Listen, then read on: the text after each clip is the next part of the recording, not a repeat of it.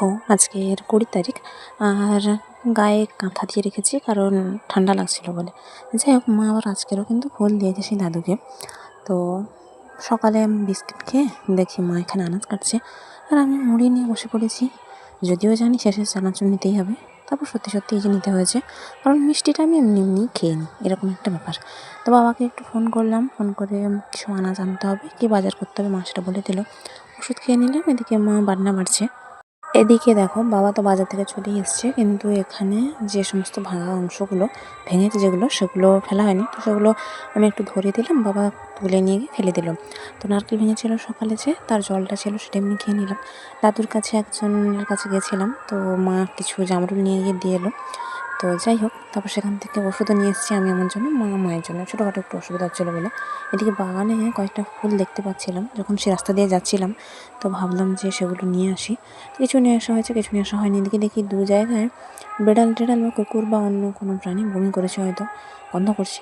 দেখে এলাম ভালো করে যে সেটা কোন জায়গায়, কী ব্যাপার। এদিকে বাগানের অন্যান্য গাছগুলো দেখছিলাম, বাবা কয়েকটা গাছ লাগিয়ে দিয়েছে, মা এনে রেখেছিল। তো বেশ সুন্দর একটা পরিবেশ বলতে পারো। আর মা যে ফুল দিয়েছে সেটা দাদুকে খুঁজে পাচ্ছিল না বলে সেই হরি মন্দিরে গিয়েই দিয়ে এসছে। একটা বেলও দিয়েছে সেখানে। তো অন্য আরেকজন কাকু ছিল। যাই হোক, এদিকে আমি দেখি ঘাটের কাছে ফুল একটা ফুটে আছে, একটা বাসি হয়ে আছে, কিন্তু হাত পাকানো বলে তুলিনি। এদিকে মা দুটো জামরুল দিয়েছে খাওয়ার জন্য। তো আমি বললাম ঠিক আছে, একটা আমি খেলাম, একটা বাবাকে দিয়েছি। তো এই যে আমাদের যে ওষুধ, কোনটা কার ওষুধ কী ব্যাপার, মা এই যে নাম লিখে দিয়েছে, কখন কোনটা খেতে হয় সেটাও লিখে রেখেছে, কিন্তু মনে থাকবে না। এদিকে মা যে পড়ে গিয়েছিলো, জল বা বরফ তো তেমন লাগায় না, তো সেজন্য দুটো বরফ দিলাম লাগিয়ে, আর দুটো বরফ রেখেছি আলাদা করে, কারণ শরবত করবো না, সেতে দেওয়া হবে বলে। যাই হোক, তো বাবা এই যে জায়গাগুলো পরিষ্কার করছে, আর আগের কিছু কথা আমাদের আলোচনা হচ্ছে। তারপর একজন জেঠু এসছে, তার বাবা মারা গেছে বলে নিমন্ত্রণ দিতে। তো মা তাকে একটা পাকা বেল দেবে তার বাড়ির জন্য, তারা সব বেল খেতে খুব ভালোবাসে। এবারে গাছে তেমন বিশেষ হয়নি, আর শরবতও দিয়েছে। যাই হোক, তো তারপর কয়েকজন দেখি চাইতে এসছে, মানে সাহায্য চাইতে। তো তাদের বাড়িতে বসছে, আজকের আবার অক্ষয় তৃতীয়া। যাই হোক, তো সেসবই দেখছিলাম, শুনছিলাম। এদিকে আকাশে একটা হেলিকপ্টার উড়ে গেল, কিন্তু আমার ফোন আনতে আনতে উড়ে চলে গেছে, সেই জন্য ছবিটা তোলা হয়নি। নতুন জামা পরেছি বলে ঠাকুরকে আগে দেখালাম, তারপর নিজে পরলাম। তো অনেকগুলো দিন পরে পরলাম, যদিও এই গিফটের সুন্দর জামাটা পরতে চেয়েছিলাম অনেকদিন আগেই, কিন্তু কবে পরবো কী করবো সেরকম ভেবে আর পাইনি। তো আজকের পরবো। আজ আবার একজন কাকুর বাড়িতে যাবো, যে কাকুর বাড়িতে গতকাল গেছিলাম। তারা অনেক করে বলেছে যেন সবাই যাই। তো বাবা কিছু জামরুল পাড়ছে, আর ওখানে মৌমাছি উঠছে। আমি এই সুযোগে ভাবলাম কয়েকটা ছবি তুলে নিই। তো সুন্দরভাবে কয়েকটা ছবি তুললাম, যদিও জানি না আমাকে সুন্দর লাগছে কিনা, কিন্তু যেভাবে তুলছি ছবিটা সেই সিস্টেমটা সুন্দর, ঠিক আছে। যাই হোক, এখানে একটা বেলপাতা দেখো কত সুন্দর লাভ শেপের, যেন পুতুলটা নিয়ে একটু শুয়ে পড়েছে। ঠাকুরের ফুল দেওয়া তো হয়েই গেছে। এদিকে মা জামরুল নিয়ে নিয়েছে তাদের বাড়িতে দেবে বলে, আর ক্যানটার সাথে একটু ছবি তুলে নিলাম। আলাদা আলাদা জামার সাথে ছবি তুলতে ভালোই লাগে। এদিকে মা বললো একটা চাল ভাজার প্যাকেট কাটি, আমি বললাম ঠিক আছে কাটো। সবাই মিলে খেয়ে নিলাম। এদিকে ওড়নায় ক্লিপটা দিয়ে রেখেছিলাম, তারপর দেখি একটা সাদা জবা হয়েছে গাছে, তো সেটা মা নিয়ে আসতে আমি আবার দিয়ে দিলাম। তারপর সবাই যে বেরিয়ে পড়তে যাবো বলে, একজন কাকু এখানে আমাদের পাড়ায় যে বিয়ে বাড়িটা হবে মানে জানা পড়ে, তার জিনিসপত্র পেয়েছি, বাবা কথা বললো। তারপর আমরা বাইকে করে এখানে এসে হাজির এদের বাড়িতে। এবার তোমরা তো জানোই যে এদের বাড়িতে এলেই সবাই বিশাল খুশি হয়, আজকেরও সেম অবস্থা। তারপরে যে আমাকে মাকে একটা করে কুমড়ো ফুলের বড়া ভেজে দিয়েছে, মানে আমিষ নিরামিষ দুরকমই হয়েছে। সোমবার আজকের, তো নিরামিষও অনেকে খায় সেই জন্য।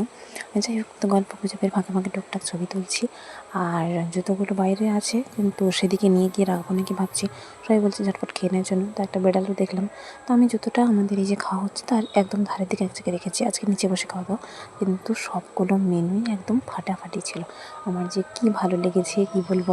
বাবা এখন যদিও বসেনি, ওই দেওয়ার তদারকি করছে, সেখানে রান্না হচ্ছে সেখানে একটু দেখছে। তো ওখানে বৌদি বসেছে পুচকিটাকে নিয়ে, তো আমি ওকে একটু ভ্যাংচাচ্ছি আর কি, তো এসে গড়ে যাচ্ছে এরকম একটা ব্যাপার। মার সাথে একটু ছবি তুলছি, সে যা না তোলার মতো অবস্থা। বাবারাও খেতে বসেছে, তো তাদেরকে ওই যে টেবিলের কাগজগুলো ছিল তার সাথেই দিয়েছে বেশ সুন্দর করে। যাই হোক, আমাদের পরের ভক্তিতে বসেছে অবশ্য, আর আমি এখানে ছবি তুলছি, ভিডিও করছি। এদিকে ওই যে মার সাথে কথা বলছে জেঠিমা, মানে যে জেঠুর কথা বলা হয় সেই জেঠুদের বাড়ির জেঠিমা। যাই হোক, তারপর আমি এখানে জবা গাছের কাছে একটু ছবি তুললাম, ওই যে বড়ই গাছ ছিল সেই গাছের সাথে ছবি তুললাম, নাগদপাতার গাছের কাছে সাথে ছবি তুললাম। একই পরিবেশ, একই সব কিছু, তো টুকটাক ছবি তুলছিল, ভালোই লাগছে। আর এই যে পোশাকটা, আমি শিওর সামনের দিকে যে লটকনের মতোগুলো আছে, মা যখন এই জামাটা হয়তো জল নিংড়াবে কিংবা হয়তো মিলবে তারে ঠিক ছেড়ে ফেলবে।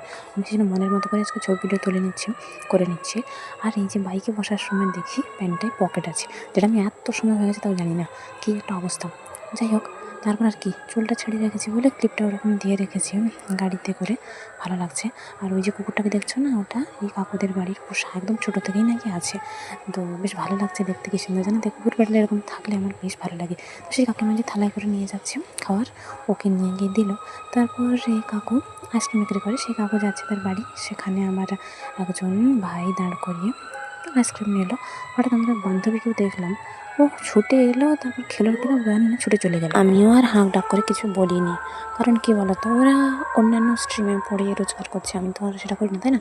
কী বলতে কী না বলবে, আর ইচ্ছেও করেনি। সেজন্য সেই ভাইটা আইসক্রিম খাচ্ছে দেখে অন্য আরেকটা ভাইও ভেবেছিল আইসক্রিম কিনবে, কিন্তু সে কাকু তো চলে গেছে।